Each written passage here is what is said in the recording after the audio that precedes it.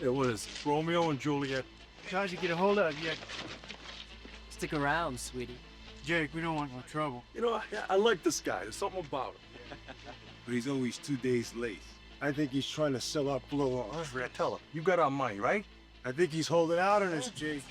What gets stuck there, huh? Maybe he hit it. Fred, check out his girl. Can't find anything here. Come on, bring in the money, Jake. No, I really like this guy.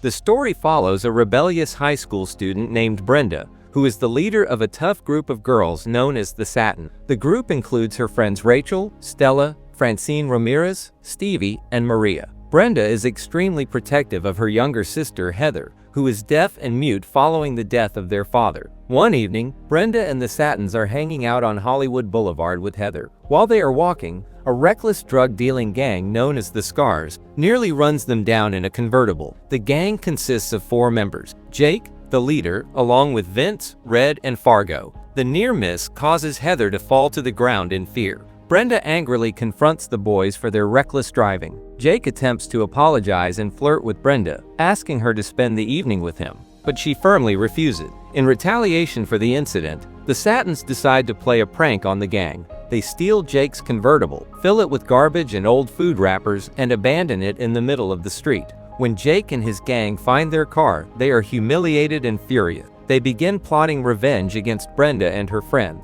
Later, Jake and the Scars show up at Brenda's high school to cause trouble. After being warned to leave by the principal, they wait for an opportunity to strike back. Inside the school, Brenda is involved in a conflict with another student named Cindy. Cindy is jealous because her boyfriend, Wes, has been flirting with Brenda. Despite Brenda's lack of interest in Wes, Cindy confronts her and causes a scene in the gym. The gym instructor eventually breaks them up and tells everyone to go to the showers. As Brenda prepares for her shower, she meets Heather, who has arrived at the school to give her a small gift. Brenda tells Heather to wait for her while she finishes up.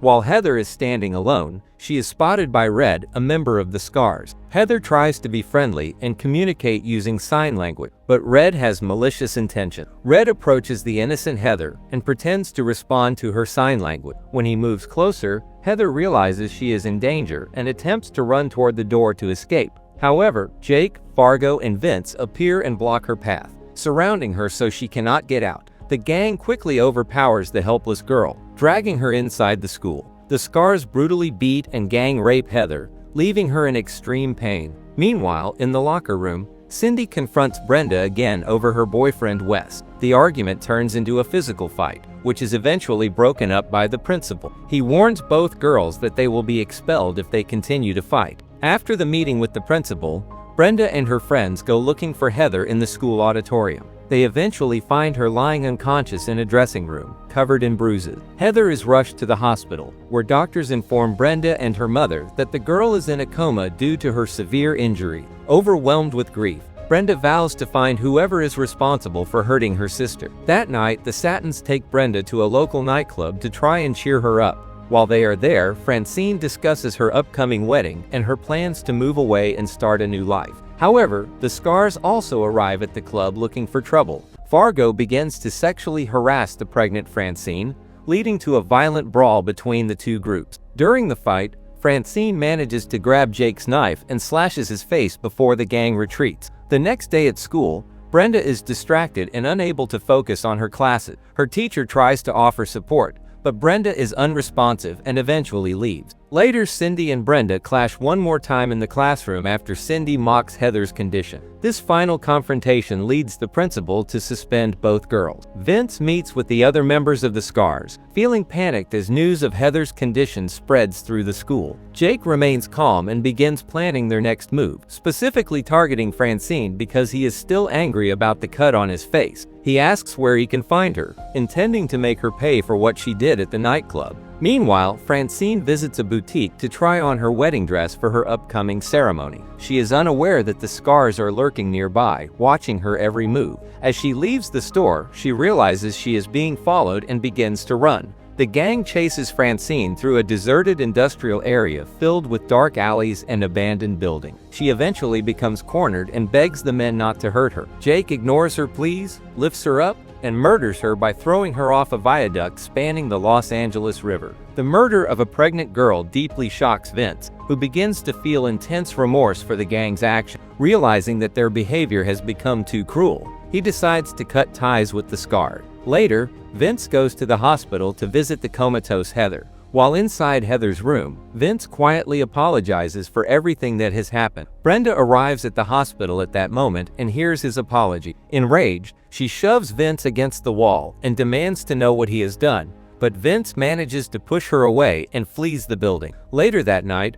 Brenda confronts Vince at his house at knife point. Under pressure, Vince admits that the scars are responsible for murdering Francine. Driven by a need for vengeance, Brenda visits a weapons store where she purchases a crossbow and several bear traps. Brenda ventures into a sparsely populated section of the city to hunt the gang. She eventually locates the scars near an abandoned textiles warehouse. Meanwhile, Jake becomes suspicious that Vince might be talking to the authorities or Brenda, so he decides to kill him. He instructs Fargo and Red to stay at the warehouse while he tracks Vince down. Jake finds Vince borrowing money from a friend and murders him by striking him with his car. After taking Vince's cash, Jake heads back to the warehouse. At the same time, Brenda begins her attack by taunting Fargo and Red, luring them deeper into the building. Inside the warehouse, Brenda uses her new weapons to dispatch the gang members one by one. She shoots Fargo through the neck with an arrow from her crossbow, killing him instantly. When Red investigates,